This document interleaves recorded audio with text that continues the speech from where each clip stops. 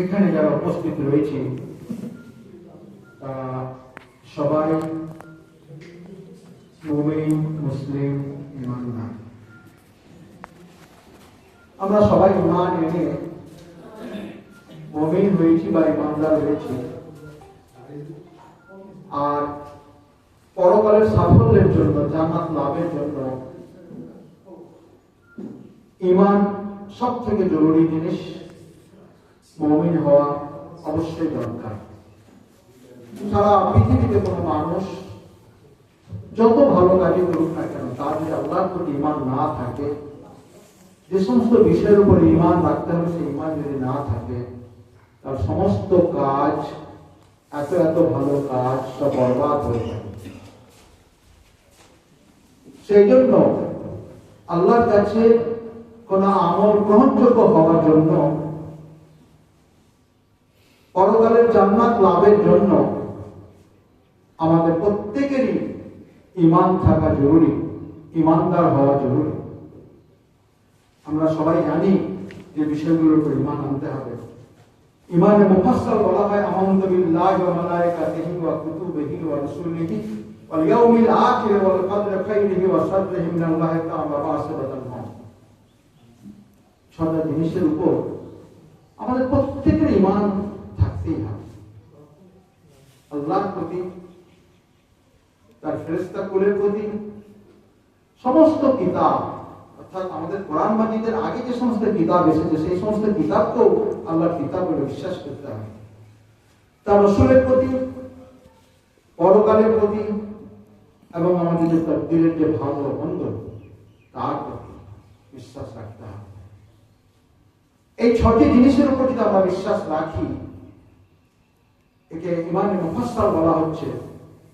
অর্থাৎ একজন ঈমানদার ব্যক্তি অবশ্যই অবশ্যই এই ছয়টি জিনিস, মৌলিক ছয়টি জিনিসকে অবশ্যই বিশ্বাস করবে। আমরা যারা ঈমানদার,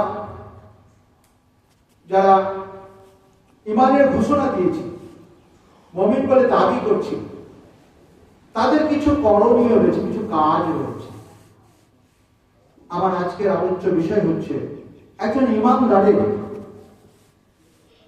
শুধু ঈমান মুখে ঘোষণা দেওয়াই যথেষ্ট নয়। একজন ঈমানদার হিসেবে আমাদের প্রত্যেকেরই কিছু কিছু কাজ রয়েছে।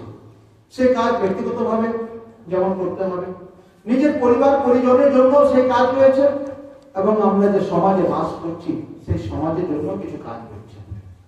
যতক্ষণ না আমরা এই সমস্ত স্তরগুলো, অর্থাৎ নিজ, পরিবার এবং সমাজ, এই স্তরগুলোতে দায়িত্ব পালন করছি, ততক্ষণ পর্যন্ত কিন্তু আমরা প্রকৃত মুমিন হতে পারবো না। আমি ইনশাআল্লাহ আমার সামনে সেই কথাগুলোই বলবো। ঈমানের তিনটি স্তর রয়েছে, তিনটি মাধ্যম রয়েছে। প্রথম হচ্ছে তাসদীক বিল জিনান, অর্থাৎ কোন একটা বিষয়কে অন্তরে দৃঢ়ভাবে বিশ্বাস করা। ঈমান প্রথম হচ্ছে অন্তর থেকে। সেকেন্ড, ইকরার বিল লিসান, সেটা অন্তরে থাকলে হবে না, মুখ দিয়ে ঘোষণা দিতে হবে, মুখ দিয়ে উচ্চারণ করতে হবে। আমার ঈমান রয়েছে, ঈমান অন্তরের বিষয়, অবশ্যই অন্তরের বিষয়, প্রাথমিকভাবে অন্তর থেকে সেটা আসবে, কিন্তু মৌখিক ঘোষণা দিতে হবে। আপনি যা ভাবছেন, যা চিন্তা করছেন, সেটা ঘোষণা দিতে হবে। তৃতীয় হচ্ছে আমল বিল আরকান, অর্থাৎ আপনি যা মনে মনে ভাবলেন, মুখে যা ঘোষণা দিলেন, ঘোষণা দিয়ে যথেষ্ট নয়, আপনাকে সেটাকে আমলে পরিণত করে, কাজে পরিণত করে দেখাতে হবে। এই তিনটি স্তর যতক্ষণ না আপনি কমপ্লিট করছেন, ততক্ষণ কিন্তু আপনার ঈমান কমপ্লিট হচ্ছে না। সেটা কি কি? তাসদীক বিল জিনান, অর্থাৎ অন্তরে দৃঢ়ভাবে বিশ্বাস করা কোন একটা বিষয়, অর্থাৎ আল্লাহ রয়েছেন, আল্লাহ আমাদের রব, ফেরেশতা রয়েছে, পরকাল রয়েছে, ইত্যাদি ইত্যাদি। ইকরার বিল লিসান, মুখ দিয়ে আপনাকে ঘোষণা দিতে হবে, প্রকাশ্যে ঘোষণা দিতে হবে, জানিয়ে দিতে হবে লোকজনকে। আপনি যে ঈমান এনেছেন, লা ইলাহা ইল্লাল্লাহ, এটা শুধু মুখে রাখলেই হবে না, মনের মধ্যে রাখলেই হবে না, ঘোষণা দিতে হবে। তৃতীয় হচ্ছে আমল বিল আরকান, অর্থাৎ আপনার ঈমানের যে দাবি, সেই দাবি অনুযায়ী আপনাকে কাজ করে দেখাতে হবে, প্রকাশ্যে কাজ করে দেখাতে হবে। আর ঈমান এটা সন্দেহ সংশয় মুক্ত হতে হবে। বিশ্বাসের মাঝে কোনো ত্রুটি যেন না থাকে, কোনো সন্দেহ যেন না থাকে, বিন্দু পরিমাণ যদি কোনো সন্দেহ থাকে যে আল্লাহ আছেন কি নেই, পরকাল আছে না নেই, জান্নাত জাহান্নামের ব্যাপারে বিন্দু পরিমাণ যদি সন্দেহ থাকে, তাহলে আপনি ঈমানদার হতে পারবেন না। সূরা হুজুরাত আল্লাহ তাআলা বলেন 15 নম্বর আয়াতে, ইন্নামাল মুমিনুনা আল্লাযীনা আমানু বিল্লাহি ওয়া রাসূলিহি সুম্মা লাম ইয়ারতাবু। বলছে একজন মুমিন তো সেই যে ঈমান আনার পর বিন্দু পরিমাণ কোনো সন্দেহ করবে না, কোনো সন্দেহ পোষণ করবে না, কোন রকমের কিন্তু, কোন রকমের যদি থাকবে না। আমরা কথায় কথায় বলি যদি এরকম হয় ইত্যাদি ইত্যাদি বলি আমরা, কোনো কিন্তু থাকবে না, কোনো যদি থাকবে না, সামনে না অতয় না। আল্লাহ নবী সাহাবীরা বলছে আমরা শুনলাম মানলাম, কোনো প্রশ্ন করতেন না। আপনি উজু করছেন, হাত পা ধুয়ে টুয়ে ইত্যাদি ইত্যাদি, আপনার বায়ু নিঃসরণ হলো, আপনি প্রশ্ন করবেন যে তাহলে আমি আবার হাত পা কেন দেবো, যে জায়গা দিয়ে বায়ু নিঃসরণ হলো সেটাই ধোয়া দরকার ছিল। কোন রকমের প্রশ্ন, এর নাম হচ্ছে বিশ্বাস, ঈমান। অর্থাৎ কোন প্রশ্ন ছাড়াই, কোন যুক্তি ছাড়াই, কোন তর্ক বিতর্ক ছাড়াই আপনাকে মেনে নিতে হবে। সাহাবীরা সবাই বলছেন সামেনা, আমরা শুনলাম, ওয়াতানা, আমরা মানলাম। কোন রকম কিন্তু যদি কিছুই ছিল না তাদের মাঝে। সেই রকম ঈমান আমাদেরও হতে হবে। তাহলে ঈমানকে যদি আমি বলি তাহলে কাকে বলবো? শরীয়তের যাবতীয় বিধিবিধান অন্তরে বিশ্বাস করে, মুখে স্বীকার করে, তারপর সে অনুযায়ী কাজে পরিণত করার নামই হচ্ছে ঈমান। তাহলে শরীয়তের সমস্ত বিধিবিধান আমি অন্তর দিয়ে মেনে নিব, মুখ দিয়ে ঘোষণা দিব এবং সে অনুযায়ী কাজে পরিণত করব, এর নাম হচ্ছে ঈমান। এই তিনটি ধাপ যতক্ষণ না আমরা পার হব, ততক্ষণ পর্যন্ত আপনি ঈমানের যে পূর্ণতা, সেই পূর্ণতায় পৌঁছাতে পারবেন না, কমপ্লিট ঈমান আপনার আসবে না। যে ঈমানের কথা আমি এতক্ষণ বললাম, সেই ঈমান ভাই নষ্টও হয়ে যায়, ঈমান নষ্ট হয়ে যায়। ইসলামের কোন একটা বিষয় যদি আপনার বিন্দু পরিমাণ সন্দেহ থাকে, আপনি যদি কোন একটা অস্বীকার করেন, ইসলামের কোন একটা বিষয়, শরীয়তের কোন একটা বিষয় যদি আপনি অস্বীকার করেন, তাহলে আপনার ঈমান নষ্ট হয়ে যায়, ঈমান নষ্ট হয়ে যায়। ইবলিস তো কাফির মুরতাদ হয়েছিল আল্লাহর একটা নির্দেশকে অমান্য করার জন্য। ইবলিস তো কম ইবাদত বন্দেগী করেনি, কিন্তু তাকে যখন বলা হলো যে সাজদা করার কথা বলা হলো আদম আলাইহিস সালামকে, এই আদেশটা সামান্য একটা আদেশকে তিনি অস্বীকার, অমান্য করেছিলেন, গর্ব করেছিলেন, অহংকার করেছিলেন যে আমি আগুনের তৈরি আর ও তো মাটির তৈরি। একটা আদেশকে অমান্য অস্বীকার করার কারণে সে কি হয়েছিল? কাফের মুরতাদ হয়ে গেছে, অভিশপ্ত হয়ে গেছে, এবং কিয়ামত পর্যন্ত সারা দুনিয়ার মানুষ তাকে অভিশাপ দিতে থাকবে। ঠিক ওযু যেমন আমরা করছি, সমস্ত রুকুনগুলো আমাদেরকে পালন করতে হচ্ছে, কিন্তু ওযু নষ্ট হওয়ার জন্য একটা যদি কোনো কিছু হয়ে যায়, তাহলে ওযু নষ্ট হয়ে যাবে। সমস্ত শর্তটি যতটি আপনি রুকুন পালন করলেন, হাত পা ধোয়া থেকে শুরু, এগুলোর মধ্যে সব কটাই নষ্ট হবে, তারপর ওযু নষ্ট হবে তা না, একটা যে কোনো কিছু নষ্ট হলে ওযু নষ্ট হয়ে যাবে। ঠিক একই রকম ভাবে ইসলাম তার কোনো একটা বিধানকে যদি আপনি অস্বীকার করেছেন, আপনি পালন করতে পারছেন না, পুরোপুরি মানতে পারছেন না, এটা একটা আলাদা ব্যাপার, আপনার ক্ষমতা সামর্থ্যের বাইরে হয়তো হয়ে যাচ্ছে ইত্যাদি ইত্যাদি। কিন্তু আপনি অস্বীকার করেন, তাহলে আপনি ইবলিসের মতো কাফের মুরতাদ হয়ে যাবেন। সেই জন্য ইসলামের পুরোপুরি সমস্ত বিষয় প্রতি আমাদের ঈমান থাকতে হবে। কোনটাকে মানছি, আমার মন পছন্দ হলো, মানলাম কিছু অংশ, মন পছন্দ হলো না, কিছু অংশকে মানলাম, এর নাম কিন্তু ঈমান না, এর নাম ঈমান নয়। ঈমান যখন আমরা আনবো, ঈমান শুধু গ্রহণ নয়, কিছু বর্জন। অর্থাৎ ঈমান যেমন কিছু গ্রহণ করতে হবে, তার সাথে সাথে কিছু বর্জন করতে হবে, কিছু ত্যাগ করতে হবে। প্রথমত বলবে ঈমান না বাচক, নেগেটিভ। আপনি বলছেন লা ইলাহা ইল্লাল্লাহ, প্রথমে আপনি বলছেন লা, লা মানে নেই, অস্বীকার করছেন, নেগেটিভ। কোন ইলাহ নেই, লা ইলাহা, কোন ইলাহ নেই ইল্লাল্লাহ, আল্লাহ ছাড়া। তাহলে আপনি ঈমান যখন আনছেন, কালেমা যখন পড়ছেন, তখন প্রথমে আপনি অস্বীকার করছেন, তারপর আল্লাহর প্রতি আপনি ঈমান আনছেন। আগে তাগুতকে অস্বীকার করতে হবে, তারপর আল্লাহর প্রতি আপনাকে আমাকে ঈমান আনতে হবে। এই একই কথা সূরা বাকারা 256 নম্বর আয়াতে আল্লাহ তাআলা বলেছেন, ফামান ইয়াকফুর বিত-তাগুত ওয়া ইউমিন বিল্লাহ। বলছে প্রথমত আপনি তাগুত অস্বীকার করুন, তারপর আল্লাহর প্রতি ঈমান বিল্লাহ, আল্লাহর প্রতি ঈমান আনুন। আল্লাহর প্রতি ঈমান এনে তারপর আমি আস্তে আস্তে আস্তে আস্তে খারাপ লোকে ত্যাগ করবো, শয়তানকে ছাড়বো ইত্যাদি। তা নয়, আল্লাহ তাআলা এখানে বলছে ফামান ইয়াকফুর বিত-তাগুত, আপনি আগে তাগুত অস্বীকার করুন।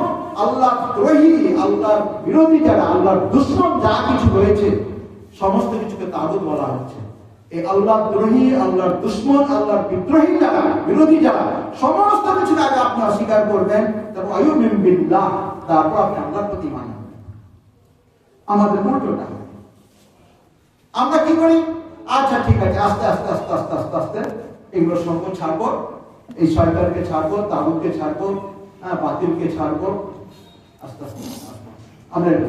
কিন্তু ইসলাম তো আল্লাহ তাআলা বলছে না, আপনি আগে অস্বীকার করবেন, তারপর আপনি এখানে আসবেন। একই সঙ্গে দুটো হতে পারে না, আলো এবং আধার দুটো একসঙ্গে মিলেমিশে থাকতে পারে না। পারে কি? আলো জ্বাললেই আধার পালাবে। আপনি ঈমান আনলে আপনার মধ্য থেকে শয়তান পালাবে, তাগুত পালাবে, বাতিল পালাবে, আল্লাহ তুমি যা কিছু সমস্ত কিছু দেখে। এই জায়গাটা অত খুব সহজ নয়। আমরা অনেক সময় কম্প্রোমাইজ করি, মিলিজুলি ভাবে চলার চেষ্টা করি। আচ্ছা ঠিক আছে, যা আছে আছে আমার বাতিল, আমার মধ্যে থাক, আমি আস্তে আস্তে আস্তে আস্তে ছাড়ব। কিন্তু ইসলাম বলছে না, আপনাকে অস্বীকার করতে হবে লা ইলাহা, নেই কোনো ইলাহ, প্রথমে অস্বীকার, তারপর আপনি বলছেন ইল্লাল্লাহ, আল্লাহ ছাড়া কোন ইলাহ নেই। একই রকম কথা সূরা নাহলের মধ্যে আমি বুদুল্লাহ ওয়াজতানিবুত তাগুত, আমি বুদুল্লাহ, আল্লাহর ইবাদত করুন, ওয়াজতানিবুত তাগুত, তাগুতকে অস্বীকার করুন। তাগুতকে অস্বীকার করে তারপর আল্লাহর ইবাদত করতে বলা হচ্ছে আপনাকে। তাগুতের সঙ্গে সম্পর্ক রেখে, তাগুতের সঙ্গে উদ্বোস করে, তাগুতের সঙ্গে মিল মহব্বত, বন্ধুত্ব, দোস্তি রেখে আপনি আল্লাহর ইবাদত করবেন। যার ইবাদত করবেন আল্লাহ, সে আল্লাহর কাছে দুশমন। আপনি আল্লাহর দুশমনকে ছাড়ুন, তারপরে আল্লাহর প্রতি আপনি ঈমান আনুন, আল্লাহর ইবাদত বন্দেগী করুন। আপনাকে আমাকে শয়তানকে ছাড়তে হবে। যে ইবলীসের কথা একটু আগে বললাম, যে আল্লাহর একটা বিধানকে অস্বীকার করার কারণে সে মরদুদ হয়ে গেছে, অভিশপ্ত হয়ে গেছে, সে কাফির হয়ে গেছে, সেই শয়তানের সঙ্গে ছাড়তে হবে। সূরা বাকারা 208 নম্বর আয়াতে আল্লাহ তাআলা বলেন, আল্লাহ তাত্তাবিউ খুতুওয়াতিশ শয়তান ইন্নাহু লাকুম আদুউম মুবিন। বলছে আল্লাহ তাত্তাবিউ খুতুওয়াতিশ শয়তান, বলছে তোমরা আনুগত্য করো না, তাবেদারি করো না শয়তানের। সে ইন্নাহু লাকুম আদুউম মুবিন, সে প্রকাশ্য দুশমন। শয়তান সম্পর্কে বলা হচ্ছে সে প্রকাশ্য দুশমন আপনার আমার, তার সঙ্গ ত্যাগ করতে বলা হচ্ছে। আপনি কোন একটা ভালো জায়গায় আসবেন, সেই জায়গাটা যদি আপনি সাফ না করেন, পরিষ্কার না করেন, তাহলে আপনি সেখানে না জমির চাষবাস হবে, না আপনার ঘর ধরে ঠিক মতো বসবাস হবে। সেই জন্য সমস্ত জঙ্গল জঞ্জাল যা আছে সবকে সাফ করতে বলা হচ্ছে, একদম ঝেড়ে ফেলতে বলা হচ্ছে। শয়তানকে ত্যাগ করার পর আপনাকে কি করতে হবে? আল্লাহ এবং তার রাসূলকে মানতে হবে। সূরা নিসা 59 এবং 7 নম্বর আয়াতে আল্লাহ তাআলা বলেছেন, ইয়া আইয়ুহাল্লাযীনা আমানু আতিউল্লাহ ওয়া আতিউর রাসূলা ওয়া উলিল আমরি মিনকুম। ইয়া আইয়ুহাল্লাযীনা আমানু, হে ঈমানদারগণ, আল্লাহ তাআলা ঈমানদারদেরকে ডেকে বলছেন, আমাদেরকে ডেকে বলছেন, তোমরা কি করে আতিউল্লাহ, আল্লাহর ইতাআত করো, আল্লাহর আনুগত্য করো, ওয়া আতিউর রাসূল, আল্লাহর রাসূলের আনুগত্য করো, ওয়া উলিল আমরি মিনকুম, এবং তোমাদের মধ্য থেকে যিনি দায়িত্বশীল থাকবেন, নেতা থাকবেন, তার আনুগত্য করবেন। শয়তানকে ত্যাগ করতে বলা হচ্ছে, আর কাকে মানতে বলা হচ্ছে? আল্লাহ, তার রাসূল এবং আমাদের মধ্য থেকে যিনি দায়িত্বশীল থাকবেন, নেতা থাকবেন, তাকে মানতে বলা হচ্ছে।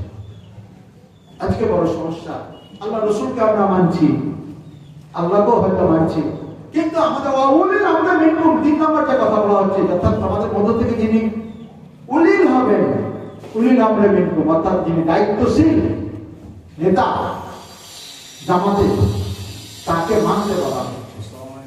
এই জায়গাটাই আমাদের ঘাটতি রয়ে গেছে, আমরা সমাজে দেখতে পাই না। এরপর আল্লাহ রাসূলকে মানার পর আপনাকে পুরো ইসলাম মানতে হবে। আল্লাহ তাআলা বলছেন সূরা বাকারা 208 নম্বর আয়াতে, ইয়া আইয়ুহাল্লাযীনা আমানু উদখুলু ফিস-সিলমি কাফফা, হে ইমানদারগণ, বলছে তোমরা ইসলামের মধ্যে দাখিল হও, প্রবেশ করো, কাফফা, পুরোপুরি, কমপ্লিটলি। আল্লাহ তাআলা সমস্ত ইমানদারদেরকে ডেকে বলছেন যে তোমরা ইসলামের মধ্যে প্রবেশ করো, ইসলামের মধ্যে দাখিল হও, কমপ্লিটলি, পুরোপুরি। আজকে আমরা আমাদের বাস্তব জীবন যদি আমরা দেখি তাহলে দেখব আমরা মসজিদে, ঠিক আছে, মাশাআল্লাহ, আলহামদুলিল্লাহ, ঠিক আছে, আল্লাহ রাসূলকে পুরো পরিমাণে একটু বিচ্যুতি করি। আজকের মসজিদ থেকে বেরিয়ে গেলাম, নাউজুবিল্লাহ, আল্লাহ রাসূলকে শিকল তুলে, দরজায় শিকল তুলে মসজিদের ঘরে বন্দী করে রেখে আমরা বাইরে বেরিয়ে যা খুশি তা করে বেড়াচ্ছি। এর নাম ইসলাম নয়, এর নাম ইমানদার নয়। আপনাকে ইসলাম মানতে হবে, ইসলামের মধ্যে প্রবেশ করতে হবে পুরোপুরিভাবে।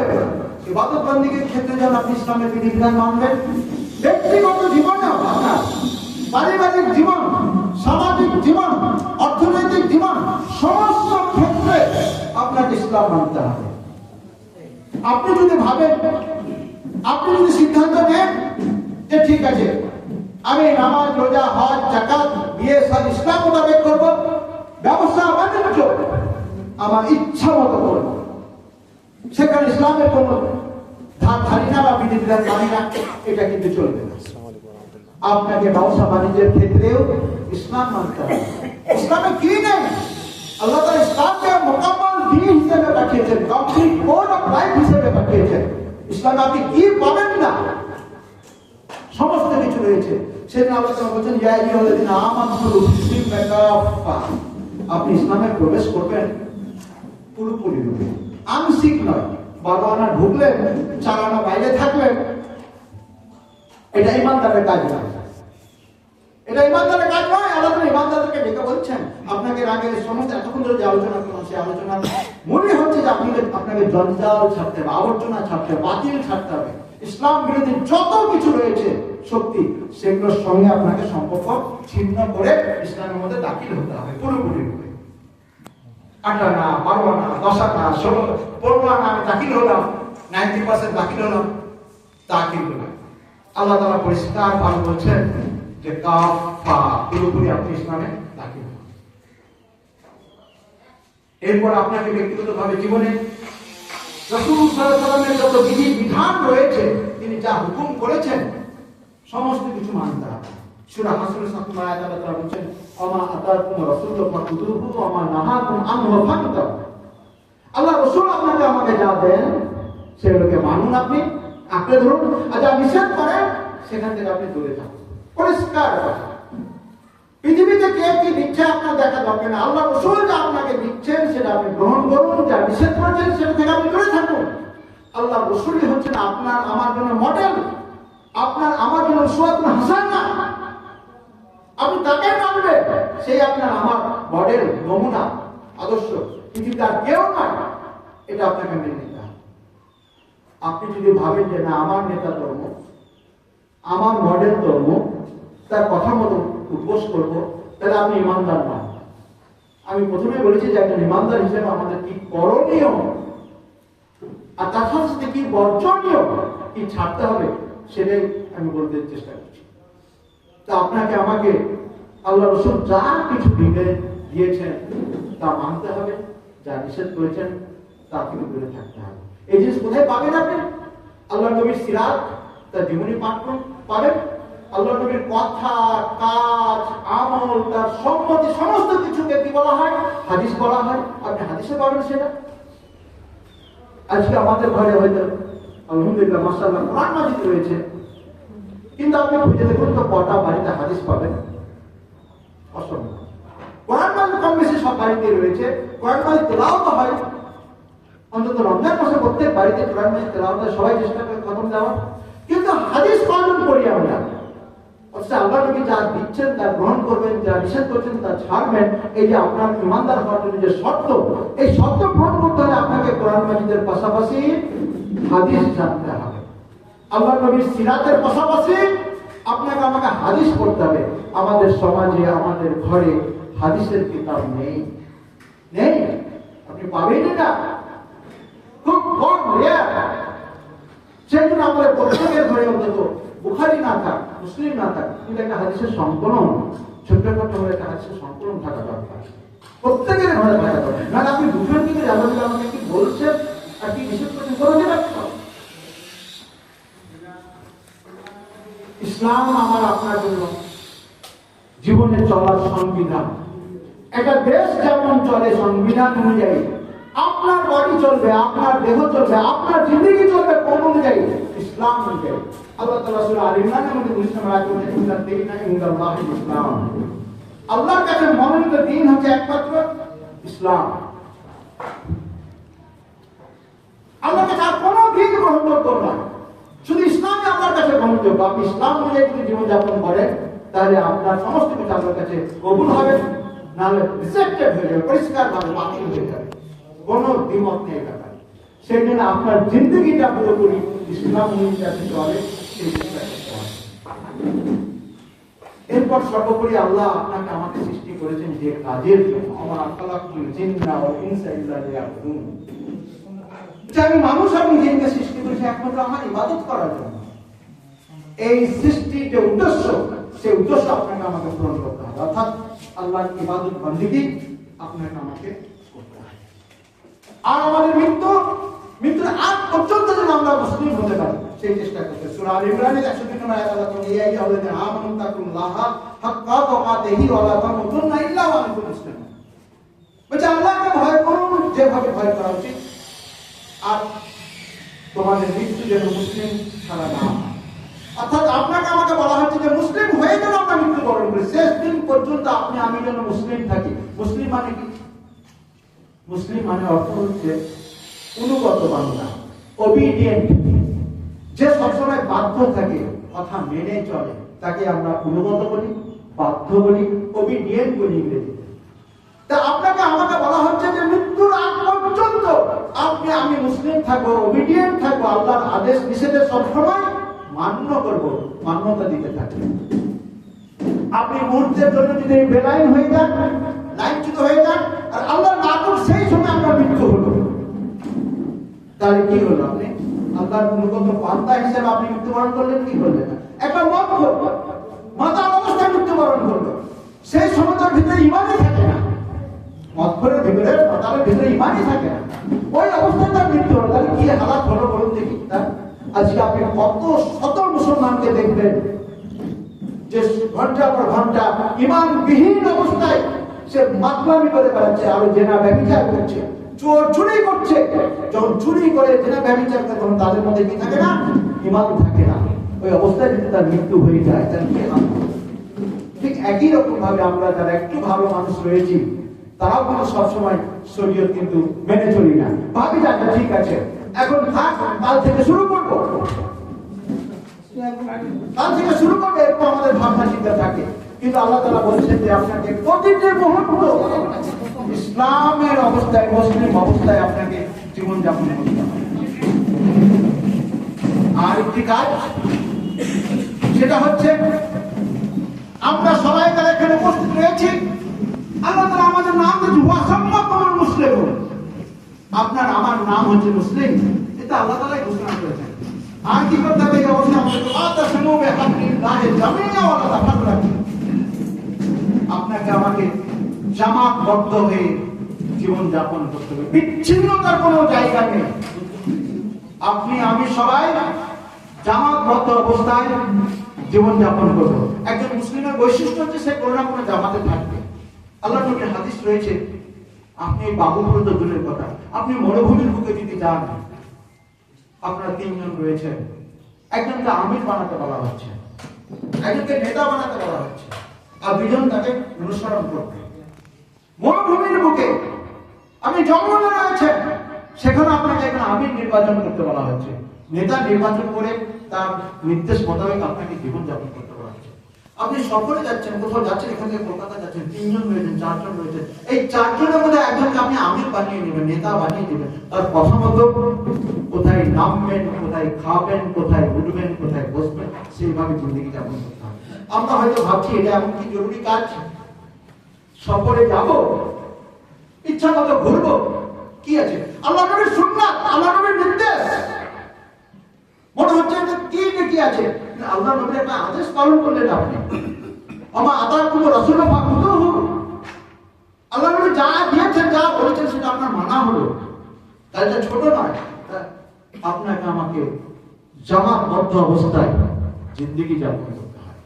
একা একা বিচ্ছিন্ন, কত দেখবেন গ্রামের যে সমাজ রয়েছে সেই সমাজ থেকে বিচ্ছিন্ন একাই জীবনযাপন। না আমি জামাতে থাকবো না, বেরিয়ে গিয়েছে, তাই না? কত লোক দেখবেন, আমরা তো দেখতে পাই আমাদের দিকে, আপনাদের দিকে আছে কিনে যায় না, অবশ্যই আছে। আমি এলাকার লোক থেকেছি দীর্ঘদিন, 15 বছর আমি আপনাদের পাশে থেকেছি। আমি এলাকার সম্পর্কে খুব ভালো করে জানি, আমি নক্ষত্র জানি। অনেকটা জামাতে একটা ভেঙে আরেকটা, আরেকটা ভেঙে আরেকটা, খালি বড় মাতব্বর হওয়ার জন্য এগুলো করা হয়, আমি জানি। আমাদের প্রত্যেককে জামাত বদ্ধ জীবনযাপন করতে হবে, পুরো ইসলামী জিন্দেগি যাপন করতে হবে। এরপরেও ব্যক্তিগত ভাবে ইবাদত বান্দিগি করাই যথেষ্ট নয়। আপনি আমি ইবাদত বান্দিগি করছি, নামাজ রোজা হজ যাকাত করছি, তসবিহ তাহলিল জিকির আজকার করছি, পাচ্ছি, যথেষ্ট, সাফিসিয়েন্ট। আপনার আমার নাজাতের জন্য, মুক্তির জন্য, পরকালের মুক্তির জন্য এটাই যথেষ্ট নয়। এটুকুই কাজ যথেষ্ট নয়। আপনাকে আমাকে কি করতে হবে? কিছু দায়িত্ব রয়েছে। প্রথম দায়িত্ব হচ্ছে নিজের পরিবারের জন্য। আপনার নিজের জন্য যেমন দায়িত্ব দেন, নিজে যেমন জাহান্নামের আগুন থেকে বাঁচবেন, আল্লাহ তাআলা বলছেন যে আপনার আহাল যারা রয়েছে, পরিবারে যারা লোকজন রয়েছে, আপনার অধীনে যারা রয়েছে, তাদেরকে জাহান্নামের আগুন থেকে আপনাকে বাঁচাতে আল্লাহর নির্দেশ। আপনি শুধু জাহান্নাম থেকে বাঁচতে হবে না, আপনার পরিবারকে বাঁচাতে হবে, আপনার বেটাকে বাঁচাতে হবে, আপনার বেটিকে বাঁচাতে হবে, আপনার আহাল যারা রয়েছে আপনার সঙ্গে পরিবারের সবাইকে জাহান্নামের আগুন থেকে বাঁচানোর জন্য আপনাকে দায়িত্ব নিতে হবে, প্ল্যান, প্রোগ্রাম, পরিকল্পনা নিতে হবে। আপনি ফজরের নামাজ পড়তেছেন, বেটা ঘুমাচ্ছেন, বেটা সবাই ঘুমাচ্ছে, আপনি নামাজ পড়ছেন, বেটা নামাজ পড়ে না। আপনি হয়তো ভাবছেন যে কি উঠাবো বেটাকে, কি উঠাবো বেটিকে, পড়াশোনা করছে, রাত জেগে পড়েছে, কি আর ঘরে উঠাবো, আপনি ছেড়ে দিয়েছেন। আপনি ভাবছেন যে পড়াশোনা চলছে, মাধ্যমিক সামনে রয়েছে, কি আর রোজা করতে বলবো, ঠিক আছে এবার পরীক্ষাটা দিয়ে নিই, সামনে বার থেকে রোজা করবে। কত মহব্বত আপনি দেখাচ্ছেন ছেলে মেয়ের প্রতি। আপনি কি করছেন জানেন? আপনি তো ওটারও সর্বনাশ করলেন, ছেলে মেয়ের নিজেরও সর্বনাশ করলেন, আপনি দেখাই পাবে না। আল্লাহ তাআলা, আল্লাহ নবী বলেন, আলা কুল্লুকুম রাঈন ওয়া কুল্লুকুম মাসউলুন আন রাইয়াতিহি।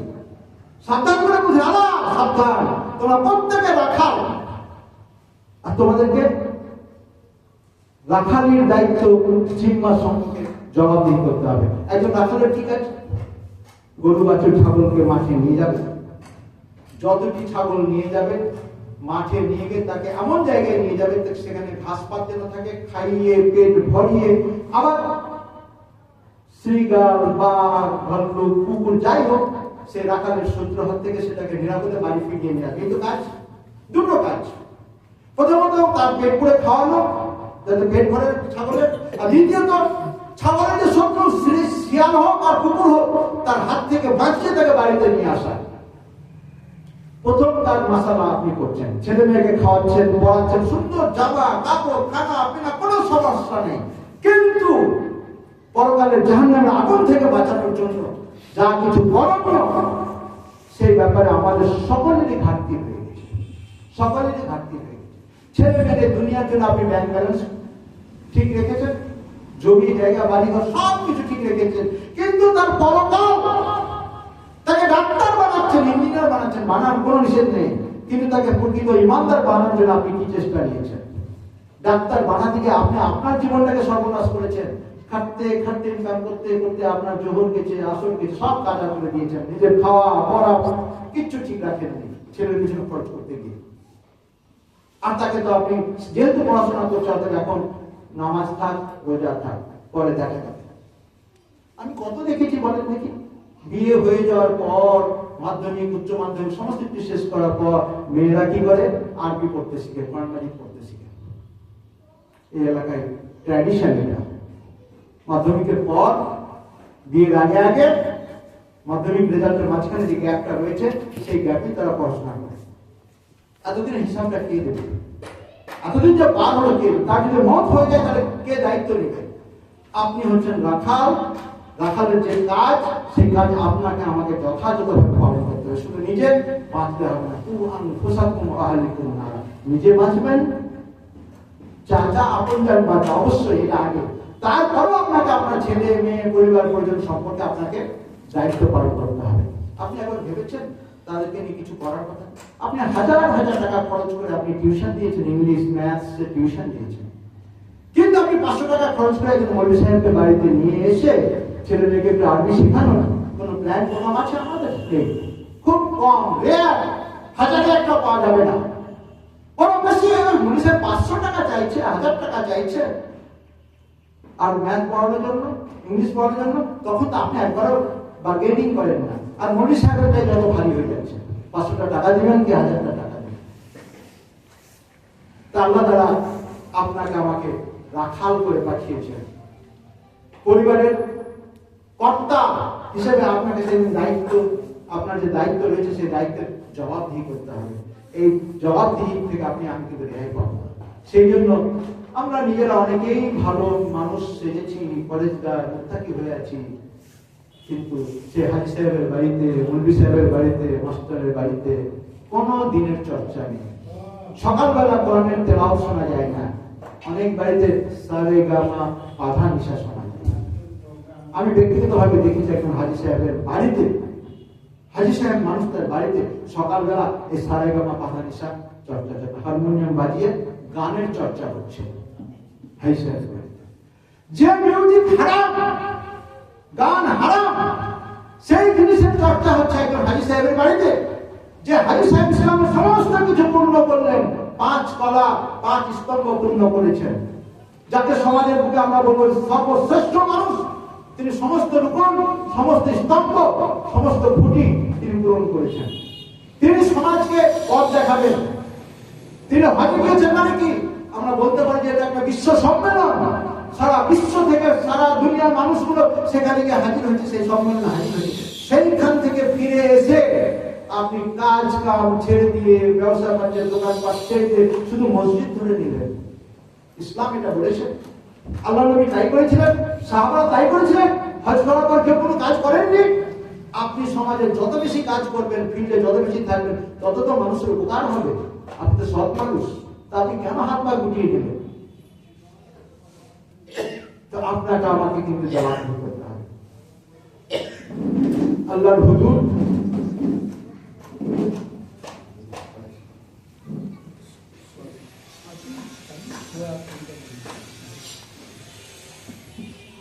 আমরা জীবনে চলার জন্য প্রত্যেকেরই একটা হুদুদ সীমারেখা থাকে। ডিএমের বাড়িতে যখন যান, বাসায় যান, বাংলাতে যান, তখন লেখা থাকে না সংরক্ষিত এলাকা, লেখা থাকে বাংলা প্রোটেক্টেড এরিয়া। এর অর্থ কি? ওইখানে আপনি ঢুকতে পারবেন না। সংরক্ষিত এলাকা, প্রোটেক্টেড এলাকা, সেখানে ঢোকা নিষেধ, প্রবেশ নিষিদ্ধ। ঠিক একই রকম ভাবে দুনিয়ার সমস্ত বাদশাহ যেমন সংরক্ষিত হুদুদ থাকে, হেমা থাকে, ঠিক আল্লাহর হেমা হুদুদ হচ্ছে তার হারাম সমূহ। আল হালাল বাইয়ান, আল হারাম বাইয়ান, আবাইনাহুমা মুস্তাবিহাত। হালাল সুস্পষ্ট ইসলাম, হারাম সুস্পষ্ট, একদম সুস্পষ্ট, কোনো ভেদ কিছু নেই। কিন্তু এই দুইয়ের মাঝে, অর্থাৎ হালালের মাঝে আর হারামের মাঝে কিছু বিষয় রয়েছে, মুস্তাবিহাত বলা হয়েছে, অস্পষ্ট বিষয় রয়েছে। অর্থাৎ হালাল এবং হারাম সুস্পষ্ট, হালাল সুস্পষ্ট, হারামের মাঝে কিছু অস্পষ্ট বিষয় রয়েছে, গ্রে এরিয়া বলা যায়, ধূসর, যে ব্যাপারে যে ব্যাপারটা তোমাদের মানুষের মাঝে অনেকেই জানেই না, অধিকাংশ মানুষ জানেই না যেটা হালাল না হারাম। অর্থাৎ এই দুইয়ের মাঝে রয়েছে এটা হালাল না হারাম, যেটা আল্লাহ তাআলা স্পষ্ট করে কিছু বলেননি, অতএব তোমরাও জানো না এটা হালাল না হারাম। হালালও হতে পারে, হারামও হতে পারে। তারপরে বলা হচ্ছে আমান ওয়াকাআ ফিস সুবহাত ওয়াকাআ ফিল হারাম। কোন মানুষ যদি এই হারামের মধ্যে, অর্থাৎ এই অস্পষ্ট বিষয়ে যদি ঢুকে পড়ে, যে বিষয়টা পরিষ্কার করা নাই, তাহলে সে হারামের মধ্যে লিপ্ত হয়ে গেল, হারামের মধ্যে লিপ্ত হয়ে গেল। একজন মানুষকে কত বড় মুত্তাকি, কত বড় তাকওয়াওয়ালা, তার প্রমাণ হচ্ছে যে সে জেনে বুঝে কিছু হালাল জিনিসকে ত্যাগ করবে, যেহেতু আল্লাহর সুস্পষ্ট নির্দেশ নেই। সে হালাল জিনিসটাকে ত্যাগ করবে। আপনি সেই হালাল না হারাম যেহেতু কিছু বলা নাই, অতএব সুযোগটা নিয়ে নিন, এই কাজটি করবে না। একজন মুমিন, একজন মুত্তাকি মানুষ এই কাজটি করবে না, যেহেতু কিছু বলা নাই, অতএব ওই জায়গা থেকে আমি দূরে থাকবো, ওই জায়গা থেকে দূরে থাকবো। আর আপনি যদি এর মাঝে ঢুকে পড়েন তাহলে কি হবে? বলা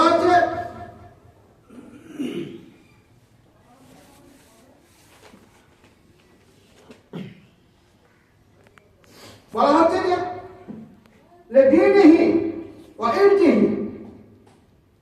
استبراء لدينه وإرجه। কেউ যদি এই অস্পষ্ট বিষয়ের মধ্যে প্রবেশ করে তাহলে সে তার দিনকে নষ্ট করলো এবং তার ইজ্জতকে নষ্ট করলো। অর্থাৎ এই অস্পষ্ট এলাকায় যদি আপনি ঢুকে পড়েন, যে ব্যাপারে আল্লাহর কোনো নির্দেশ নেই, তাহলে আল্লাহ নবী বলছেন যে সে তার দিনকে নষ্ট করলো, অর্থাৎ ধর্মকে বরবাদ করলো, তার ইজ্জতও নষ্ট হলো। এই হাদিসটি বড় হাদিস, লম্বা হাদিস। উদাহরণ দিয়ে বলা হচ্ছে যে কোনো একটা সংকুচিত এলাকা রয়েছে, কোনো বাদশা, যেখানে যে চারণ ভূমিটায় শুধু বাদশারই গরু বাছুর ছাগল চলবে, অন্য কেউ চলবে না। এটা হাদিসের কথা, গল্প নয়। এবার আপনি আপনার ছাগল গরু বাছুর নিয়ে ওর আলের ধারে চড়াচ্ছেন, কি হবে? যে কোনো মুহূর্তে ঢুকে পড়বে, যে কোনো মুহূর্তে মুখ দিয়ে দেবে, তাই না? আলের উপরে মুখ দিয়ে দেবে। সেগুলো বলা হচ্ছে যে আপনি ওই অস্পষ্ট বিষয় হালাল হারামের মাঝখানে আপনি চলাচল করবেন না। চলাচল করলে আপনি যে কোনো মুহূর্তে হারামের মধ্যে ঢুকে পড়বেন। হুদুদুল্লাহ, আল্লাহর যে হুদুদ, সংরক্ষিত এলাকা, সেখানে ঢোকা নিষেধ করে দেওয়া হচ্ছে, প্রবেশ নিষেধ করে দেওয়া, সেখানে আপনি ঢুকে পড়বেন। তো আমরা আজকে সমাজে চলাফেরা করছি, হালাল হারাম আমাদেরকে বেঁচে চলতে হবে। আপনার হারাম যদি প্রবেশ করে তাহলে আপনার কোন ইবাদত কবুল হবে না। একটি হাদিস রয়েছে, এরকম একজন বান্দা আল্লাহর কাছে হাত তুলেছে, ইয়া রাব ইয়া রাব, চিৎকার করে করে বলছে। বলা হচ্ছে যে সে একজন হজকারী।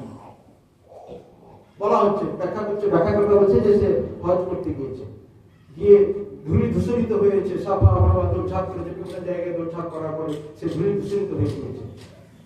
গিয়ে আল্লাহর কাছে দোয়া করছে, ইয়া রাব ইয়া রাব, হাত তুলে দোয়া করছে। আল্লাহ বলছে যে এর দোয়া কবুল হবে না, কারণ তার খানা হারাম, তার কাপড় হারাম, তার বডিতে তৈরি হয়েছে, সে বডিটা হারাম দিয়ে তৈরি হয়েছে, তার খানা পিনা হারাম, তার জামা কাপড় হারাম, তার বডি গোশত হারাম দিয়ে তৈরি হয়েছে। তার কোনো দোয়া কবুল হবে না। আল্লাহর দরবারে গিয়েছে, আরাফার ময়দানে যেখানে সমস্ত দোয়া কবুল হয়, সেইখানে আল্লাহ তাকে রিজেক্ট করে দিচ্ছে, কারণ হারাম। আমরা ইমানদার হিসাবে আমাদেরকে বাঁচতে হলে হারাম থেকে বাঁচতে হবে। যা খুশি আপনি আজকে টাকা পয়সা লেনদেন করছেন, ব্যবসা বাণিজ্য করছেন, বিভিন্ন জায়গায় আপনি ইনভেস্ট করছেন, দেখাশোনা না যে কোথা থেকে আপনাকে টাকাটা দিচ্ছে। আপনি টাকা ইনভেস্ট করলেন, আপনার টাকা কোথায় খাটালো, হালালে খাটালো না হারামে খাটালো, কোথায় কি খাটালো সেগুলো দেখা দেখি না। আপনাকে দিচ্ছে মাসে মাসে রিটার্ন, আপনি নিচ্ছেন, নিশ্চিন্তে ভোগ করছেন, কত সোজা। সেদিন কালকে আমাদের কোর্টে আপনাকে 5টি প্রশ্নের জবাব যথাযথভাবে না দেওয়ার জন্য আপনাকে নড়তে দেবে না, এক পাও নড়তে দেবে না। সূর্য মাথার উপরে চলে আসবে, ঘামে মানুষ হাবুডুবু খাবে, কেউ এক হাত ঘামে, কেউ এক কোমর ঘামে, কেউ এক গলা থুতনি পর্যন্ত ঘামের মধ্যে দাঁড়িয়ে থাকতে হবে, ঘামের বন্যায় দাঁড়িয়ে থাকতে হবে। আপনাকে জিজ্ঞেস করা হবে আপনি আপনার জীবনটাকে কোন কাজে লাগিয়েছেন। ইচ্ছা মতো আপনি আপনার জীবনকে কাজে লাগাবেন তা কিন্তু নয়।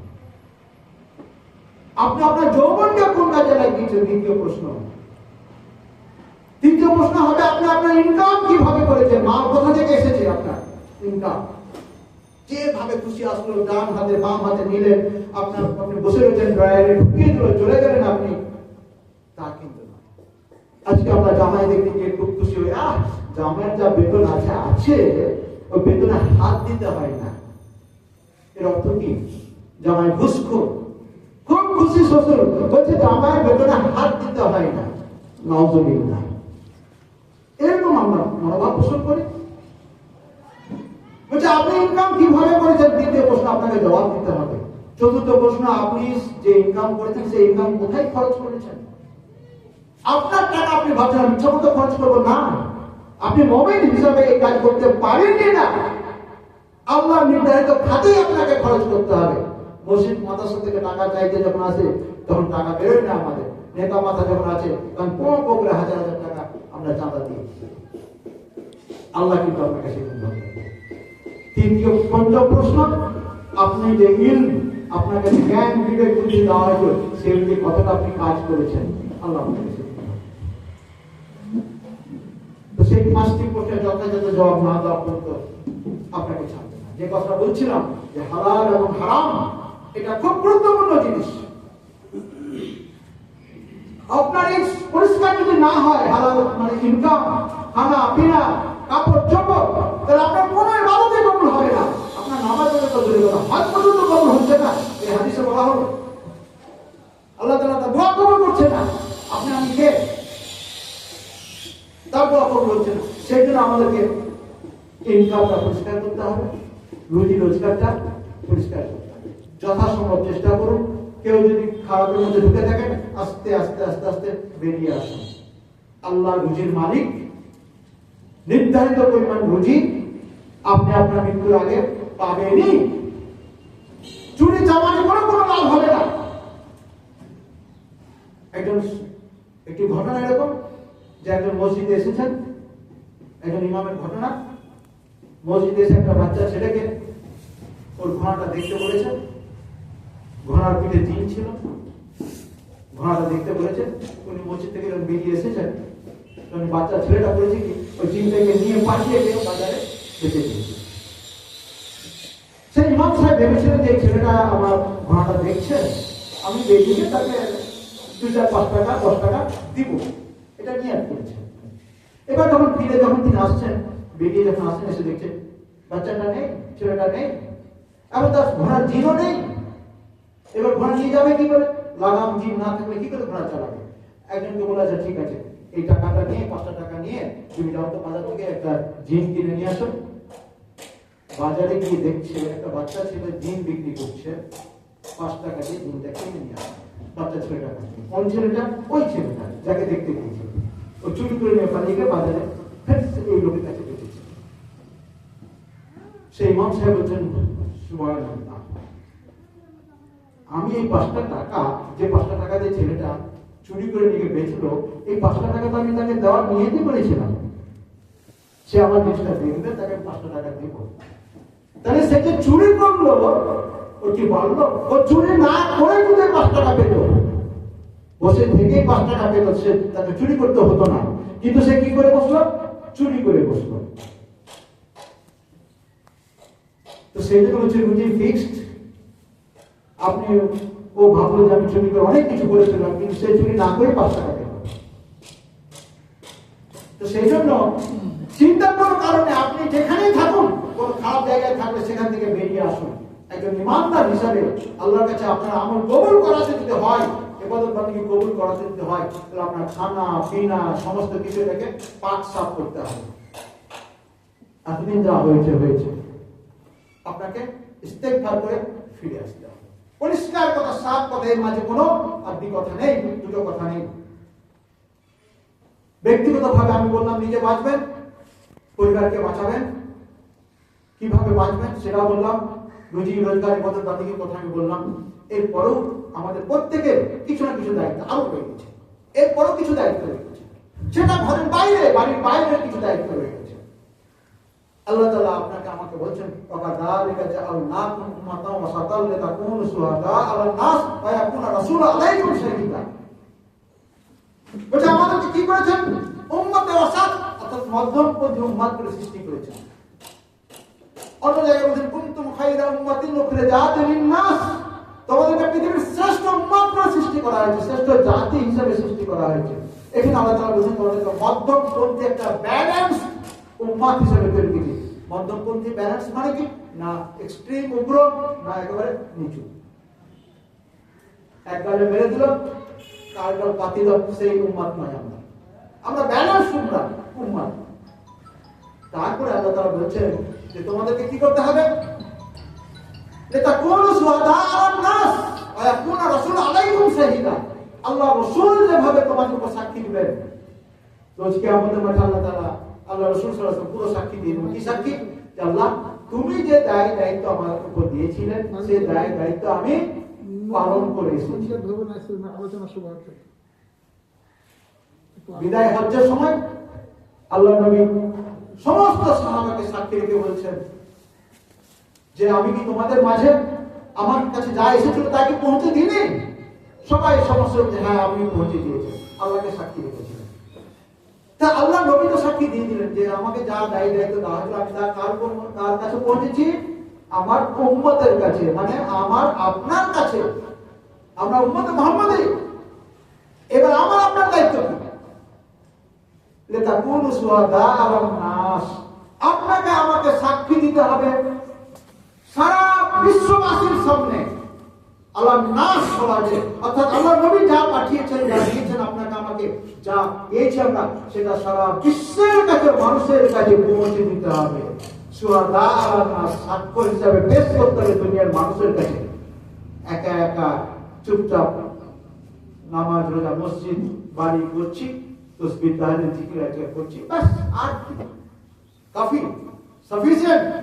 অসম্ভব না। এটা সম্ভব মানে কি নয়, সম্ভব নয়, আপনি বাঁচবেন না।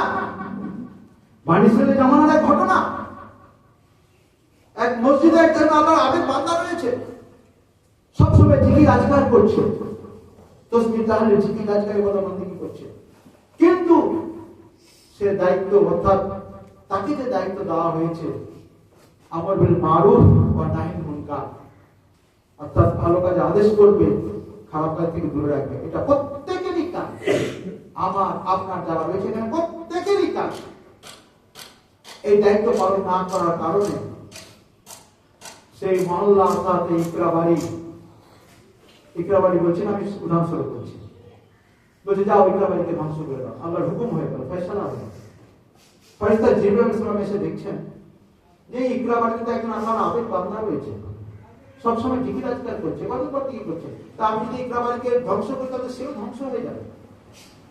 ফিরে গিয়ে আল্লাহ বলছি, আল্লাহ তোমার তো এক বান্দা রয়েছে, কি করবো তাকে? বলছে তাকে শুধু ধ্বংস করে দাও। তার নামাজ রোজা হজ যাকাত তসবিহ তাহলিল জিকির আজকারের কোনো ঘাটতি ছিল না, অথচ তাকে শুধু ধ্বংস করে দেওয়া হলো।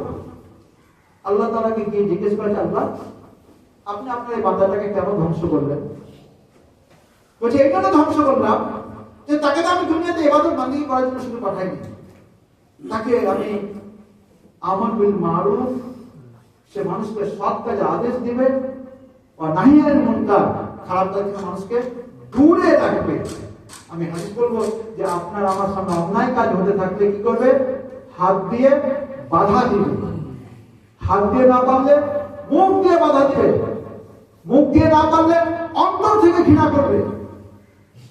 বলা হচ্ছে অন্তর থেকে মান রাআ মিনকুম মুনকারান ফালইগাইয়িরু বিয়াদিহি ফাইন লাম ইয়াস্তাতি ফাবিলিসানিহি ফাইন লাম ইয়াস্তাতি ফাবিকলবিহি ওয়া যালিকা আযআফুল ঈমান।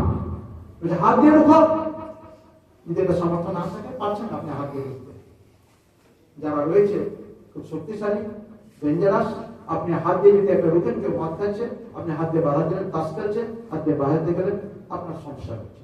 বলা হচ্ছে আপনি মুখ দিয়ে রুখবেন, আওয়াজ তুলবেন, সবাই সম্মিলিত ভাবে আওয়াজ তুলবেন, প্রতিবাদ করবেন। সেটাও যদি সম্ভব না হয়, তাহলে বলা হচ্ছে আপনি অন্তর থেকে ওই কাজটিকে ঘৃণা করবেন, অন্তর থেকে ঘৃণা করবেন, আর মনে মনে প্ল্যান করতে থাকবেন যে কি করে এগুলোকে বন্ধ করা যায়। আযাফুল ঈমান, এটা হচ্ছে সরিষার দানা পরিমাণ ঈমান। এই ঈমান কিন্তু মজবুত ঈমান নয়। কোনটা? অন্তর থেকে ঘৃণা করাটা যে সরিষার দানা পরিমাণ ঈমানের সঙ্গে পরিমাণ করে, অর্থাৎ আপনার ঈমানের লেভেল হাত দিয়ে যদি রুখেন সর্বোচ্চ লেভেল, মুখ দিয়ে যদি রুখেন মিডিল, আর যদি অন্তর থেকে ঘৃণা করেন তাহলে সরিষার দানা পরিমাণ ঈমান থাকবে। আজকে বাস্তব চিত্র কি জানেন? মসজিদ থেকে নামাজ পড়ে বেরিয়ে, জামাত শেষ হলো, বেরিয়ে সঙ্গে সঙ্গে যারা তাস খেলছে ওদের পাশে গিয়ে বসে কাউন্ট করছে, এটা না, এটা না, এটা না। একজন মুসল্লি নামাজ মসজিদের সামনে তাস খেলছে, মসজিদ থেকে বেরিয়েই এই কাজটি করছে। অথচ সেই মুসল্লির উচিত ছিল এই তাসের আড্ডাটাকে মসজিদের সামনে থেকে তুলে দেওয়া, তুলে না সে নিজেই এই কাজটি করছে। আজকে আমরা যারা মুসল্লি, আমাদের এই হাল, এই চিত্র, সমাজের এই চিত্র, সব জায়গায় একই চিত্র।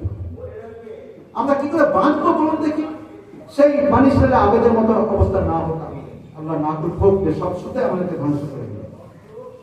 যে কাজ বলছিলাম, যে জায়গায় আমি ছিলাম, অর্থাৎ সারা পৃথিবীর মানুষের কাছে আপনাকে আমাকে সাক্ষ্য দিতে হবে। কি সাক্ষ্য? আল্লাহ নবীকে সাক্ষ্য দিয়েছেন, অর্থাৎ দিনকে মানুষের কাছে পৌঁছে যাওয়া।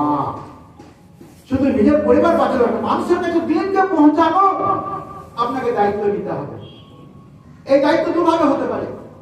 এক হচ্ছে, আজকে আমি এসেছি আপনাদের সামনে, আমি কিছু বক্তব্য রাখছি, মৌখিক, থিওরিটিক্যাল, এটা একটা। আরেকটা হচ্ছে আপনার বাস্তব আমল দিয়ে, আপনার চরিত্র দিয়ে আপনাকে দিনের সাক্ষ্য দিতে হবে। আজকে সারা বিশ্বের সবথেকে বড় দুর্ভাগ্যজনক যে মুসলমানদের চরিত্র দেখে, চেহারা দেখে আজকে ইসলামকে মানুষ অ্যাসেস করছে, মূল্যায়ন করছে, বলছে ইসলাম এরকম। আজকে কিছু চোর মানুষ দেখে বলছে ইসলাম, মুসলমানদের মধ্যে চোর বেশি, মদখোর বেশি, ডাকাত বেশি, ইত্যাদি ইত্যাদি উল্টাপাল্টা কথা বলছে মুসলমানদের চরিত্র দেখে বলছে। তা আপনি যেমন ইসলামকে পেশ করবেন বক্তব্যের মাধ্যমে, লিখনের মাধ্যমে বা বিভিন্ন ভাবে, ঠিক একই রকমের আপনার আচার আচরণ চরিত্র দিয়েও আপনাকে ইসলামের দাওয়াত দিতে হবে। দেখে মানুষ যেন বুঝতে পারে, হ্যাঁ ইসলাম এরকম, মুসলমান এরকম, এটা যেন বলতে বাধ্য হয়। আজকে উল্টো হয়ে গেছে। এই চিত্র আপনাকে আমাকে সবাইকে পাল্টাতে হবে। একজন মুসলমান মানে হচ্ছে সে ভালো, সমাজের উপকারী লোক, এটা প্রমাণ করতে হবে আপনাকে। এই দায়িত্ব আপনাকে আমাকে পালন করতে হবে। আল্লাহ নবী বলছেন, বাল্লিগু আন্নী ওয়ালাউ আয়া, আমার তরফ থেকে একটা আয়াত যদি হয়, একটা বাক্য যদি, একটা সেন্টেন্স যদি হয়, তাহলে আপনি প্রচার করুন। প্রচার করতে বলা হচ্ছে আপনাকে। আপনি শুধু চুপচাপ, আপনি অনেক মহাদ্দেশ নিয়ে হাদিস কোরআন জানেন না বেশি, আপনি চুপচাপ বসে থাকেন না। আপনি একটা কথা জানেন, একটা আয়াত জানেন, একটা বাক্য জানেন, ওইটাই আপনি লোককে বলবেন। আপনাকে বলতে হবে, আল্লাহ নবীর নির্দেশ। আপনি চুপচাপ থাকলেন চলবে না, আপনাকে এই কাজটা, এই দায়িত্বটা পালন করতেই হবে। সূরা নাহলের মধ্যে আল্লাহ তাআলা বলেন, উদউ ইলা সাবিলি রাব্বিকা বিল হিকমাহ, আল্লাহর দিকে মানুষকে আপনি ডাকুন। হামিম সাদা কিছু আদম যে আমান আহসান কাওলা মিমান দাআ ইলাল্লাহি ওয়া আমিলা সালিহান ওয়া ক্বালা ইন্নানি মিনাল মুসলিমিন। বলছে তার থেকে উত্তম কথা কার? যে মানুষকে আল্লাহর দিকে ডাকে। আপনি যদি আল্লাহর দিকে মানুষকে ডাকেন, আপনার কথাটা, এই কথাটাকে আল্লাহ তাআলা বলছেন সর্বোত্তম কথা, আপনার থেকে ভালো কথা কারণ নেই। অর্থাৎ আল্লাহর দিকে যারা ডাকে তাদেরকে সর্বোত্তম বলা হচ্ছে। আপনাকে আমাকে নিজের চার যতটুকু লেভেল, সেই লেভেল অনুযায়ী আপনাকে আমাকে ডাকতে হবে, লোককে বলতে হবে, বলতে থাকতে হবে, ভাই চলুন নামাজ পড়ি, ভাই রমজান আসছে সামনে, রোজা রাখি, প্রস্তুতি নিন, ভাই খারাপ কাজগুলো ছেড়ে দিন, ভালো কাজ আসুন। এই দায়িত্ব আপনাকে আমাকে লেভেল পর্যন্ত হাতে না পারবেন, মুখ দিয়ে করবেন, মুখ দিয়ে না পারবেন, কম পক্ষে অন্তর থেকে আপনি ঘৃণা করবেন। ওদের সঙ্গে আপনার ঘৃণা মানে এই নয় যে একজন মদ করে সঙ্গে, মাতাল করে সঙ্গে, সুদ করে সঙ্গে আমাদের মহব্বত রয়েছে, তার বাড়িতে উঠ বস, চলাফেরা, দোস্তি, সমস্ত কিছু আমরা করছি, তাহলে ওই লোকের প্রতি, ওই কাজের প্রতি আমাদের ঘৃণা প্রমাণ হচ্ছে কি? মোটেই না। কত দোস্তি রয়েছে, বড় সুদ করে সঙ্গে আমাদের সম্পর্ক রয়ে গেছে, কত লোকের সম্পর্ক রয়ে গেছে না, ওর সঙ্গে আপনার সম্পর্ক থাকবে এই অর্থে যে আপনাকে সংশোধন করবেন। কিন্তু আপনাকে সংশোধন না করে ওর সঙ্গে একদম আরামসে দিন গুজরাট করছেন, এটা হতে পারে না, এভাবে চলতে পারে না। তা আপনাকে দায়িত্ব পালন করতে হবে। আর এই কাজটি যারা করবে তারাই হচ্ছে সফলতা। আল্লাহ তাআলা বলছেন সূরা আল ইমরান 194, আল তাকুম মিনকুম উম্মাতুন ইয়াদুনা ইলাল খায়র ওয়া ইয়ামুরুনা বিল মারুফ ওয়া ইয়ানহাউনা আনিল মুনকার ওয়া উলাইকা হুমুল মুফলিহুন। বলছে তোমাদের মাঝে কিছু লোককে অবশ্যই থাকতে হবে। আজকে যদি ইসলামী রাষ্ট্র থাকতো, তাহলে রাষ্ট্রভাবে এই দাওয়াতের কাজ করতো, তাবলীগের কাজ করতো, লোককে বলে বেড়ানোর কাজ, সংশোধন করার কাজ রাষ্ট্রীয়ভাবে হতো। ইসলামী রাষ্ট্র আছে কি আমাদের? আছে কি ভাই? নেই। তাহলে এই কাজ কে করবে? এই কাজ আপনাকে আমাকে করতে হবে। আল্লাহ তাআলা বলছেন যে কিছু লোক তো অবশ্যই মানুষকে কি করবে? আমর বিল মারুফ, ভালো কাজের আদেশ দিবে, আর খারাপ কাজ থেকে দূরে রাখবে। আল্লাহ কাফুল মুসলিম, সফল কারা? এরাই। এদের সফলতার সুসংবাদ দেওয়া হয়েছে, এদের সাফল্যের ঘোষণা দেওয়া হয়েছে। আপনি আমি যদি এই দলে সামিল না হই, তাহলে যে সফল দল, সেই দল থেকে আপনি আমি বাইরে থেকে গেলাম। সেই জন্য সাধ্যমতো আপনি ভালো কাজে সাথ দিন, খারাপ কাজ থেকে মানুষকে বিরত রাখুন। ইসলামের প্রচার প্রসার সামান্য হলেও আপনি সামিল হন, আপনি কাজ শুরু করুন। আপনি বাড়ি থেকেই কাজ শুরু করুন, আপনার বাড়ি থেকেই কাজ শুরু করুন, কিন্তু আপনাকে আমাকে করতে হবে। এই কাজ যদি আমরা না করি তাহলে কি হবে? অর্থাৎ তাবলীগের কাজ, দাওয়াতের কাজ, ভালো কাজের আদেশ দেওয়ার কাজ, খারাপ কাজ থেকে দূরে রাখার কাজ, এই দায়িত্ব পালন যদি আপনি আমি না করি তাহলে কি হবে? কোন গুনাহ হবে কি? গুনাহ তো গুনাহ, সব থেকে বড় ক্ষতি আপনার দোয়া কবুল হবে না। এত দোয়া করবেন আপনি, কোন দোয়া কবুল হবে না যদি আপনি আপনার কাজের মধ্যে আমার বিল মারুফ নাহি মুনকার আছে, কথা সৎ কাজের ভালো কাজের হুকুম আর খারাপ কাজ থেকে দূরে রাখা, এই দায়িত্ব, এই কর্মসূচি যদি আপনার আমার মাঝে না থাকে, আমাদের শত হাজার হাজার দোয়া কবুল হবে না। আর কি হবে? আল্লাহর গজব নাজিল হবে, আযাব নাজিল হবে। আমরা দোয়া করি আর বলি যাতে এত দোয়া করছি কই কবুল হচ্ছে, দোয়া না কবুল হওয়ার যথেষ্ট কারণ রয়েছে। আজকে সমাজের বুকে, আজকে আপনার এই বাবুপুর এলাকাতে অবৈধ কাজ নেই, মুনকার কাজ নেই, কত শত রয়েছে মানুষের মাঝে। আজকে আমরা যারা এখানে মুসল্লি রয়েছি, তথাকথিত পরেশার মানুষ সেজে এসেছি আমরা, তারা যদি আজকে জোট বেঁধে সেই লোকগুলোকে যদি একটু বিরত রাখার চেষ্টা না করি, তাহলে কিন্তু কোন দোয়াও কবুল হবে না, আর আল্লাহর আযাব নাযিল হবে। যেমন করে একটু আগে বললাম, বনী ইসরাইলের আবেদ বান্দাকে ধ্বংস করে দেওয়া হয়েছিল এই দায়িত্ব পালন না করার কারণে। এই দায়িত্ব পালন না করার কারণে একজন আবেদ মানুষকে ধ্বংস করে দেয়। আমি আপনি হাজি গাজী মৌলভী পন্ডা যতই হয় না কেন, আজকে সমাজের বুকে যদি আমল বিল মারুফ নাহি মুনকারের কাজ যদি না থাকে, এই দায়িত্ব যদি পালন না করা হয়, তাহলে কিন্তু দোয়া কবুল হবে না, আর আল্লাহর আযাব এসে যাবে। আযাব কি বলে না? আমরা ভাবছি যে ইতিহাসে সেই আযাব যে উল্টে দিবে, ধ্বংস করে দিবে, বৃষ্টি বাদল এসে 8 দিন ধরে, সেটাই আযাব, অন্য আযাব নয়। আপনি আমি কি বেজ্জত হই না? রাস্তাঘাটে চলতে ফিরতে কত মানুষ বেজ্জত হচ্ছে, বেজ্জত করা হচ্ছে। আপনার দাড়ি টুপির কারণে আপনাকে বেজ্জত হতে হচ্ছে, এটাকে আপনার জন্য অপমান নয়, এটাকে আপনার জন্য আযাব নয়? আপনার সম্মান কোথায়?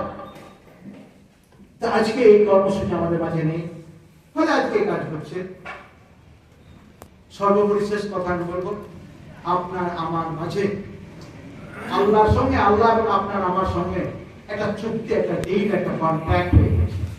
সূরা তাওবা 111 নম্বর আয়াতে আল্লাহ তাআলা বলেছেন, ইন্নাল্লাহা আশতারা মিনাল মুমিনিনা আনফুসাহুম ওয়া আমওয়ালাহুম বিআন্না লাহুমুল জান্নাহ।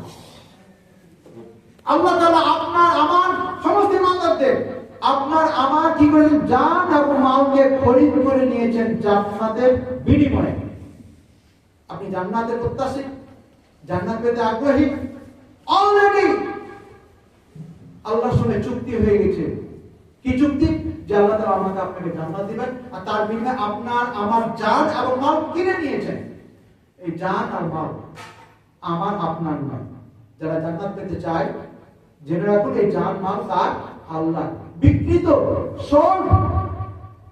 যারা বাজারে সবজি টবজি বিক্রি করে, তারা কিছু মাল সাইড করে রেখে দেয়, গিয়ে আমরা বলি ভাই এই সবজিটা বুঝে না, এটা বিক্রি হয়ে গেছে, বলে না বিক্রি হয়ে গেছে, হাত দেওয়া যাবে না।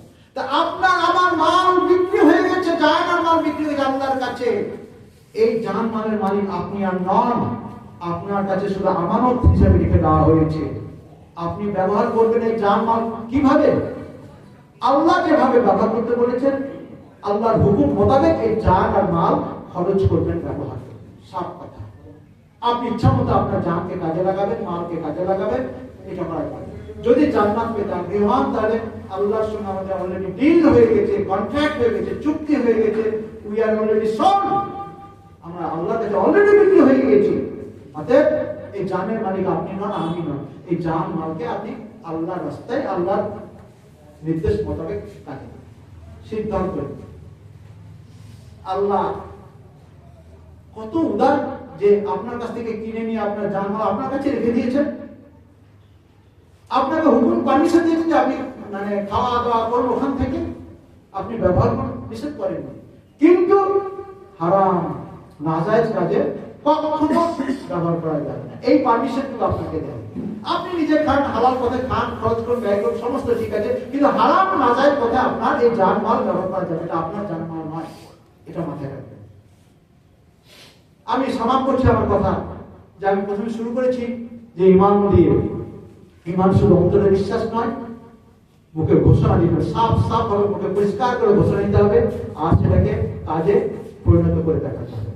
একজন ঈমানদার হিসাবে যে আপনার দায়িত্ব রয়েছে, ব্যক্তিগতভাবে আপনি জাহান্নামের আগুন থেকে বাঁচবেন, তার জন্য যে ইবাদত বান্দেগি তা করবেন, তার সাথে সাথে আপনার পরিবারকে জাহান্নামের আগুন থেকে বাঁচাতে হবে। আপনি রাখান, আপনাকে রাখালের হিসাব দিতেই হবে, আপনার অধীনে যে কথা রয়েছে তার হিসাব দিতে হবে। তারপরে আপনি আপনার পরিবারকে বাঁচানো যথেষ্ট নয়, আপনার দায়িত্ব রয়েছে। শেষ নবী তো শেষ চলে গিয়েছেন, কিয়ামত পর্যন্ত এই নবিয়ানা দায়িত্ব, এই নবিয়ানা মিশন কাকে পালন করতে হবে? দ্বীনের প্রচার প্রসারের কাজ কে করবে? আপনি, আমি, যারা উম্মতে মুহাম্মদী, তাদেরকে দ্বীনের প্রচার প্রসারের কাজ, তাবলীগের কাজ করতে হবে, দাওয়াতের কাজ করতে হবে। এই কাজ যদি আপনি না করি, তাহলে আল্লাহর কাছে সেদিন পাকড়া হবে। আল্লাহ নবী তো হিসাব সাক্ষী দিয়ে দিবেন। আপনি আমি কি করে সাক্ষী দিব? এই বাবুপুরে যে লোকটি ছিল, অমুসলিম লোকটি ছিল, বা সমস্ত লোক যারা ছিল, তারা তো সেদিন সোজাই বলবে যে না, এই বাবুপুরে মুসলমান যে আমাদের কাছে ভালো আসেনি, বলতে আসেনি, একটু সব কথা বলবে, সেদিন কিন্তু আপনি পাকড়া হয়ে যাবেন। সেই জন্য আপনি আমি সমস্ত যে যেখানে আছি, যে সার্কেলে, যে লেভেলে আছি, নিজে যেমন বাঁচবো জাহান্নামের আগুন থেকে, পরিবারকে বাঁচানোর চেষ্টা করুন, এবং সর্বোপরি আশেপাশে প্রতিবেশী যারা রয়েছে তাদের সঙ্গে মৌকা সুযোগ বুঝে আপনি ইসলামের দাওয়াত তাদের কাছে পেশ করুন, তার জন্য আপনাকে মিনিমাম কর্মসূচি নিতে হবে। আপনার পরিবারকে বাঁচানোর জন্য পরিবারের সঙ্গে সপ্তাহে কমপক্ষে একদিন আপনি বসুন, তাদের সামনে কিছু হাদিসের কথা, কিছু কোরআনের কথা, কিছু ইসলামিক কথাবার্তা আলোচনা করুন, তাদেরকে তালিম করুন, তারবিয়াত করুন। আপনি ছেড়ে দিবেন না, স্কুলের মাস্টার কি পড়াচ্ছে, মিশনে কি পড়াচ্ছে তার উপর যথেষ্ট নয়, আপনার দায়িত্ব রয়েছে তাদেরকে নিয়ে বসা, তাদেরকে দেখভাল করা, তাদের তালিম তারবিয়াত করা। মসজিদে, যে মসজিদে আপনি নামাজ পড়ছেন, সেই মসজিদের মুসল্লি যারা রয়েছে সবাইকে নিয়ে আপনি বসুন, মৌলভী সাহেবকে দিয়ে আপনি একটু কোরআনের আয়াত পড়াশোনা, 5টা আয়াত করে শোনানো, 2টো হাদিস করে শোনানো, আর একটু কিছু কথা বলা, এইভাবে দিনের চর্চার মধ্যে থাকুন, যাতে ঈমান সতেজ থাকে। আল্লাহ তাআলা আমাদের সকলকে মুমিন হিসেবে নিজের দায়িত্ব, পারিবারিক দায়িত্ব এবং সামাজিক যে দায়িত্ব রয়েছে সেই দায়িত্ব পালন করার তৌফিক দিন। আল্লাহুম্মা আমিন। ওয়া আখিরু দাওয়ানা আলহামদুলিল্লাহি রাব্বিল আলামিন। আসসালামু আলাইকুম ওয়া রাহমাতুল্লাহি ওয়া বারাকাতুহু।